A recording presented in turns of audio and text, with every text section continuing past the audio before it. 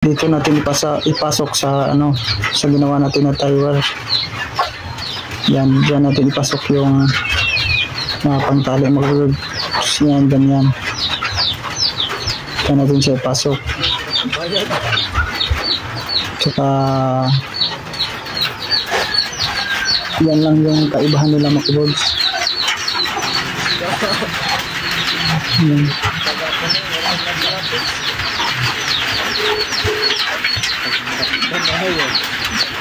At kung akong pagpiliin makboards, so mas maganda itong ganito makboards kasi mas madaling mahila niya yung tali ng makboards.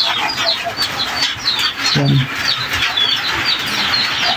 Saka yung pamo lang yung gamitan ng makboards, huwag yung ganito kasi madali lang ito maputol eh.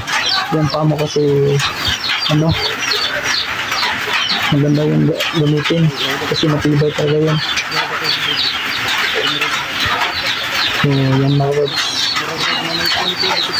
ganyan sa pagsipat mga rods. Yan, so siyempre